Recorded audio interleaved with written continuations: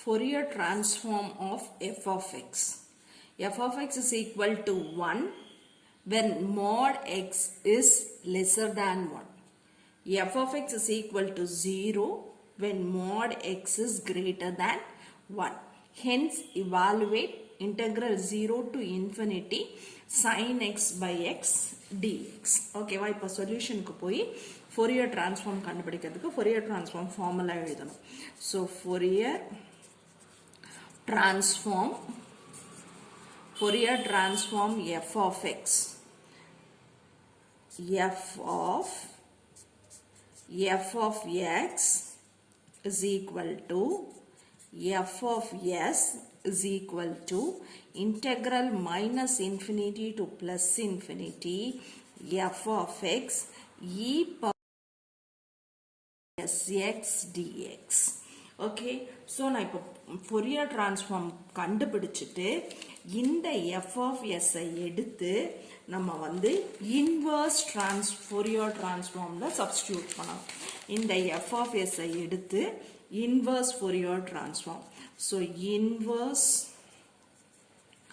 Fourier transform அது என்ன அப்படின்னா f of x is equal to 1 by 2 pi into integral minus infinity to plus infinity f of s e power minus I s x ds.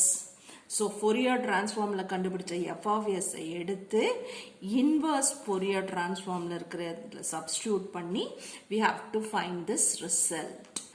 இப்போ என்னோட f of s is equal to minus infinity to plus infinity f of x e power I s x dx.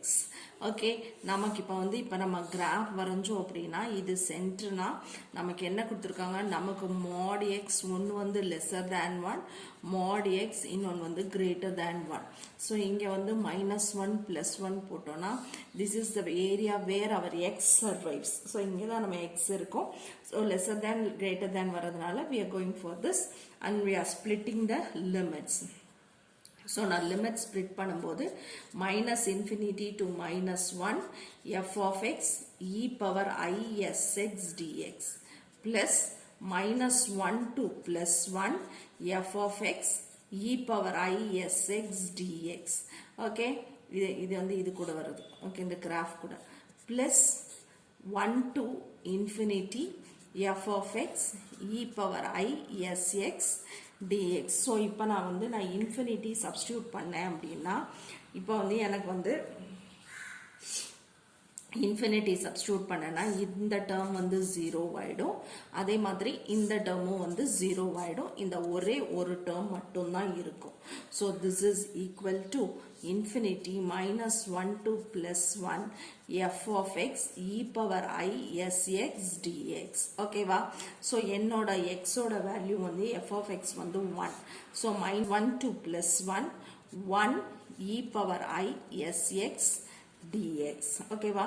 So நான் இதை இப்போ integrate பண்ணேன்னா எனக்கு என்ன வரும்னா e power I s x by I s limits வந்து -1 to plus 1. This is equal to இப்போ limit substitute பண்ணோம்னா e power is minus e power minus is by is னு வரும். ஓகேவா? ஸோ நமக்கு என்ன தெரியும் அப்படின்னா sin x is equal to e power ix minus e power minus ix by 2 தெரியும். ஸோ இப்போ நமக்கு வந்து sல இருக்கு, xல இல்லை. So sin s is equal to e power is minus e power minus is by 2. ஓகேவா? ஸோ இதுக்கு வந்து நான் 2 sin s போடுறேன்.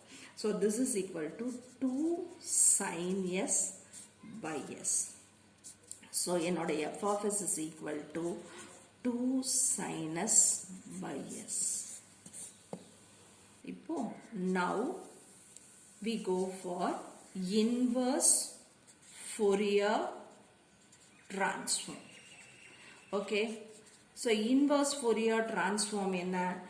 f of x is equal to 1 by 2 pi into integral minus infinity to plus infinity f of s e power minus I s x ds. Okay, so this is equal to 1 by 2 pi into integral minus infinity to plus infinity. என்னோட f of s வந்து 2 sin s by s. அப்புறம் e power minus I s x ds. Okay, so இப்போ இந்த 2 நான் இந்த பக்கம் கொண்டு வந்துட்டேன்னா 2 cancel ஆயிடும். எனக்கு 1 by pi மட்டும் இருக்கும். 1 by pi is equal to minus infinity to plus infinity. 2 இருக்காது. Sin s by s e power minus I s x ds.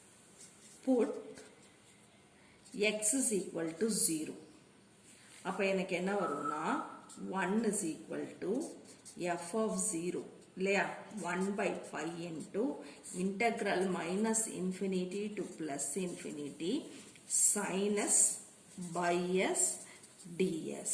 வந்து எனக்கு என்ன வரும்னா 1 by pi into minus infinity to plus infinity sin s by s ds. Okay, so இப்போ இங்க வந்து நமக்கு வந்து எங்க இருக்குன்னா 1 is equal to f of 0 is equal to 1. இப்போ இது 1 தானே, இந்த பையை நான் இங்க கொண்டு போயிடுறேன். அப்ப எனக்கு என்ன வரும்னா pi is equal to integral minus infinity to plus infinity sin s by s ds. ஓகேவா? ஸோ இப்போ இந்த லிமிட்ஸ் வந்து minus infinity to plus infinity இருக்கு இல்லையா, அதை வந்து நான் என்ன பண்றேன்னா 0 டு பிளஸ் இன்ஃபினிட்டி போடுறேன். அப்போ இங்கே எனக்கு என்ன வந்துரும்னா 2 டைம்ஸ் வந்துடும். So pi is equal to 2 times limit 0 to infinity sin s by s ds. This is equal. இதுல இருந்து நமக்கு என்ன வருதுன்னா pi by 2 is equal to plus infinity sin s by s ds னு வருது. Now limit of a tending to infinity of pi by 2 is equal to limit of a tending to infinity of integral 0 to infinity sin s by s ds. Okay, so இப்போ இதுல இருந்து நமக்கு என்ன வரும்னா இங்க வந்து pi by 2 ஏதோ வரும்.